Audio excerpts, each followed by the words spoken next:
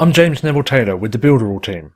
In this video we're going to go over connecting your bot to your website. So the first thing we need to do is come to the Bot for Website tab. Then we can create a new bot for your website and name it. Select the page that we want to add the integration to. We can select a starting flow for when someone interacts on your website. We can select the theme color. We can select what greeting is displayed when someone's logged in, what greeting is displayed when someone's logged out, the display type, and the delay before the greeting is shown. Once you've set this up, click Save, and then we're going to click Embed. If this is the first time you're setting this up, you're going to need to whitelist your domains. You're going to learn how to do that by clicking on the How button right here. This is going to open up a new page showing you how to whitelist domains. You need to whitelist this one for anything to work. Make sure you copy this and then you can open this URL to be taken to the place where you can whitelist the domains. This is going to open your page and the Messenger platform. To get here from Facebook, we click the settings page and then Messenger platform.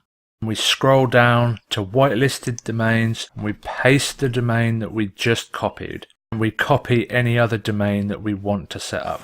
For example, I'm going to do banomad.com. I'm going to type in the https://banomad.com. I also need to type in the www prefix as well. Or type in again https://www.banomad.com. For the sake of showing you this in the editor, I'm going to put the editor URL in as well. Now all the domains that I want to display the chatbot on are whitelisted. I click Save, then I go back to the chatbot. I'm back on the chatbot. I'm going to go back to my pages. I'm going to refresh the page where I just added the whitelists. Come back to the Bot for Website and edit the bot we were working on. Click Embed and you can see all the domains that I whitelisted now show up in the whitelisted domains area. Now I can copy this and go to the site editor to add it to my website. I'm on my website. I'm going to click Add Element. I'm going to go down to Apps, Add HTML. I'm going to edit and paste the code in between the two head tags.